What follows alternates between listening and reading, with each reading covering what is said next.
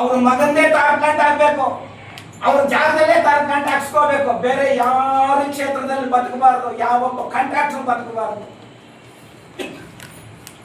ನಿಮ್ಗೆಲ್ಲ ಗೊತ್ತಿದೆ. ಪತ್ರಕರ್ತರ ಮಿತ್ರರಲ್ಲಿ ನಾನು ಮನವಿ ಮಾಡ್ತೇನೆ, ಅವ್ರು ಮಾಡ್ತಾ ಇರುವಂತ ಕೆಲಸಗಳು ಯಾವ ತರ ಇದೆ ಅಂತ. ಅವ್ರ ಮಗಂದೇ ಕಾಂಟ್ರಾಕ್ಟರ್, ಅವ್ರ ಮಗಂದೇ ತಾರು, ಅವರೇ ಪಾರ್ಟ್ನರ್. JCB ಈಟಾಚಿನ ಎಲ್ಲ ಕಂಪ್ಲೀಟ್ ಅವ್ರದ್ದೇ. ನಮ್ಮ ಕಣ್ಣೆದುರು ಕಡೆ ಇದೆ. ಮತ್ತೆ ಜಮೀನುಗಳು ಯಾವ್ದಾದ್ರು ಇದು ಬೇಕಂತಂದ್ರೆ ಏನೋ ಒಂದು ಹೇಳೋದು. ವಿಧಾನಸೌಧದಲ್ಲಿ ನಿಮ್ಗೆ ಏನಾದ್ರು ತಾಕತ್ತಿದ್ರೆ ನೀವು ಕಾಂಗ್ರೆಸ್ ಶಾಸಕರು ಯಾವ ತರ ಅಭಿವೃದ್ಧಿ ಮಾಡಿದ್ದಾರೆ? ಇಲ್ಲ. ನಮ್ಮ ಸಂಸದರು ಉದಾಹರಣೆ ತಗೊಳ್ಳಿ, ಕೇವಲ 10 ವರ್ಷ ಮಾತ್ರ ಚಿಕ್ಕಬಳ್ಳಾಪುರದಲ್ಲಿ ಸಂಸದರು ಕೆಲಸ ಮಾಡಿದ್ದಾರೆ.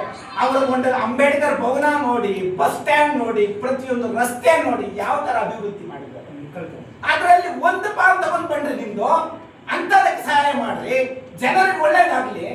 ಇಲ್ಲಿ ನಿಂತ್ಕೊಂಡು ಬಸ್ ಸ್ಟ್ಯಾಂಡ್ ನಿಲ್ಲಕ್ಕಿಲ್ಲ ಪಕ್ಕದಲ್ಲಿ 15 ವರ್ಷ ಆಗಿದೆ, ಒಂದು ಬಸ್ ಸ್ಟ್ಯಾಂಡ್ ಹಾಕ್ಸಿ ಅಂತ ನೀವು ಪತ್ರಕರ್ತ ಮಿತ್ರರಲ್ಲಿ ಮನವಿ ಮಾಡ್ತೇನೆ. ಅಂತದ್ದು ಬರೀರಿ, ಪರವಾಗಿಲ್ಲ. ನಮ್ಮ ಊರಿಗೆ 15 ವರ್ಷದಿಂದ ನಾನು ಮಾತಾಡ್ತಾ ಇದ್ರೆ ಅವರು ಯಾರು ಅವರ ಅನುಯಾಯಿಗಳಿಗೆ 10 ಸಲ ಕಾಲ್ ಮಾಡಿ ಹೇಳಿದ್ದೀನಿ, ನಮ್ಮ ಊರಿಗೆ ಒಂದು ರಸ್ತೆ ಹಾಕ್ಸ್ಕೊಡಿ ಅಂತ.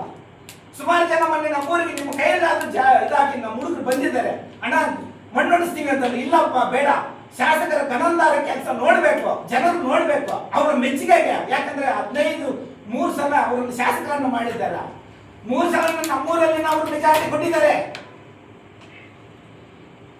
ಅಂತ ಒಂದು ರಸ್ತೆ ಮಾಡಕ್ಕೆ ಯೋಗ್ಯತೆ ಇಲ್ಲ. ನಮ್ದು ಒಂದೇ ಅಲ್ಲ, ಕ್ಷೇತ್ರ ಎಲ್ಲ ಹಂಗೆ ಇದೆ. ಇಂಥ ಕೆಲಸ ಮಾಡ್ತಾ ಇದ್ದಾರ. ದಯಮಾಡಿ ಸಮಾಜ ಸೇವೆ ನಾವು ಮಾಡ್ಕೊಂಡಿರ್ತಾ ಇರ್ತೀವಿ. ಏನಾದ್ರೂ 28ರಲ್ಲಿ ನೋಡ್ಕೊಳ್ಳೋಣ. ಅಷ್ಟು ದಿನಕ ಕಲಾವಕಾಶ ಕೊಡಿ. ಮತ್ತೆ ನಮ್ಮ ಮುಖಂಡರು ಯಾರಾದ್ರೂ ನಮ್ಮ ಜೊತೆಗೆ ಬಂದ್ರೆ ಅವ್ರನ್ನೇ ರೌಡಿ ಸೀಟರ್. ನೀವು ಬಂದ್ಮೇಲೆ ಎಷ್ಟು ರೌಡಿ ಸೀಟರ್ ಆಗಿದೆ ಬಾಗೇಪಲ್ಲಿಯಲ್ಲಿ ತಗೊಳ್ಳಿ. ಯಾರಾದ್ರೂ ಬಾಯಿ ಬಿಟ್ರೆ ಸಾಕು, ಅವ್ರನ್ನೇ ರೌಡಿ ಸೀಟರ್ ಹಾಕು. ಯಾರಾದ್ರೂ ಬಾಯಿ ಬಿಟ್ರೆ ಸಾಕು, ಕೇಸ್ ಹಾಕಿ ಒಳಗಡೆ ಹುಚ್ಚು. ಇದು ನಮ್ಮ ಶಾಸಕರು ಮಾಡ್ತಾ ಇರೋದು. ನಾವು ಇಷ್ಟು ದಿವಸ ಅವ್ರ ಬಗ್ಗೆ ಮಾತಾಡೇ ಇಲ್ಲ. ನಾನು ಸುಮಾರು 2013ರಿಂದ ಬಾಗೇಪಲ್ಲಿ ಕ್ಷೇತ್ರದಲ್ಲಿ ಇದ್ದೀನಿ. ಕ್ಷೇತ್ರದಲ್ಲಿ ಉಟ್ಕೊಂಡು ಬರ್ತಾ ಇದ್ದೀನಿ. ನನ್ನ ತಾಯಿಗೆಲ್ಲ ಆದಷ್ಟು ಸಹಾಯ ಮಾಡ್ಕೊಂಡು ಬರ್ತಾ ಇದ್ದೀನಿ. ಏನಾದ್ರೆ ಜೋರಾಗಿ ಮಾಡ್ತಾ ಇದ್ವಿ. ಎಲ್ಲಾದ್ರೂ ಅವ್ರ ಹೆಸರು ಎತ್ತಿದ್ದೀವ?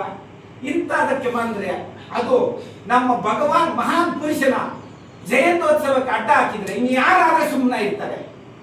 ಮೊನ್ನೆ ದಲಿತ ಮುಖಂಡರೆಲ್ಲ ಸೇರ್ಕೊಂಡು ಎಷ್ಟು ಗಲಾಟೆ ಮಾಡಿದ್ದಾರೆ.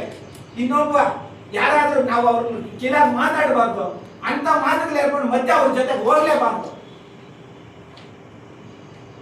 ಯಾಕಂದ್ರೆ ಅಂತ ಮಹಾನ್ ಭಾವರ ಜಯಂತ್ಯೋತ್ಸವನ ಅದ್ದೂರಿಯಾಗಿ ಮಾಡ್ಬೇಕು. ನಮ್ಮ ಕೈಯಲ್ಲಾದ್ರೂ ಇಲ್ಲ, ಸುಮ್ಮನೆ ಇರಬೇಕು.